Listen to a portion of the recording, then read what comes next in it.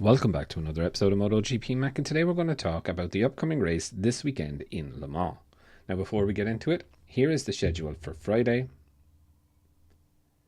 Here is the schedule for Saturday. And here is the schedule for Sunday.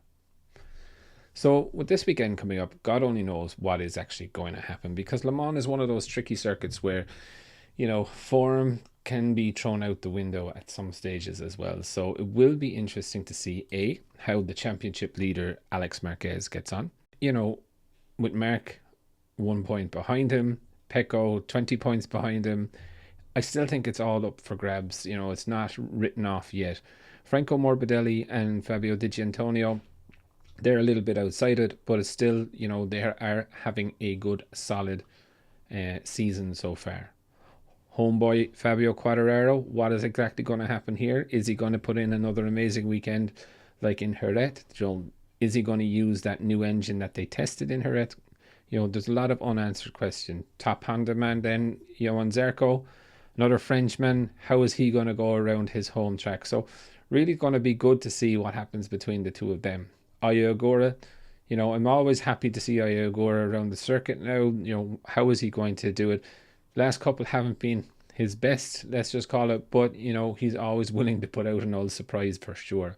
Marco Bezzecchi having a really topsy-turvy season. I did expect a little bit more from him, but what is he going to do this weekend? I'm not so confident in him, if I'm very, very honest. The KTMs, Pedro Acosta, Brad Binder, definitely need to pull something out. They haven't shone that brightly. Marini, another one, doing well but not shining brightly. Enea Bastianini's not doing too bad at all, if I'm honest. I know he's 13th in the championship, not really liking the bike, but saying that he's 8 points behind Pedro Acosta, so not too bad for a bike that you're not really getting on with, I suppose. Jack Miller does need kind of a big weekend, if I'm honest. Does need to try and stay on the bike. But there's one thing we will always say about Jack: he will give it a go and he will try. He's only 2 points ahead of Rins in the championship, who hasn't really shone at all, if I'm very, very honest.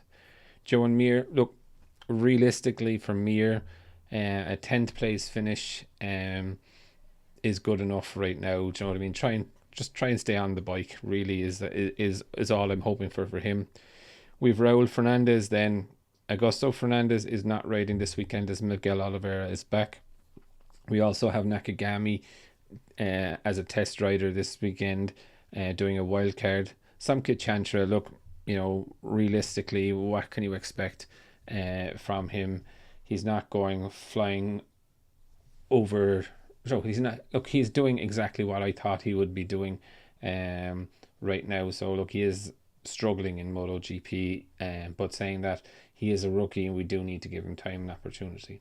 I am looking forward to the race weekend. However, it's not really my favorite track, as I mentioned before, but it's always good to see the bikes on track. For me, fastest man on Friday, I have to go with Alex Marquez, I think. But I would definitely love to know your thoughts. What do you think of the upcoming race in Le Mans, and who is going to be your fastest man on Friday?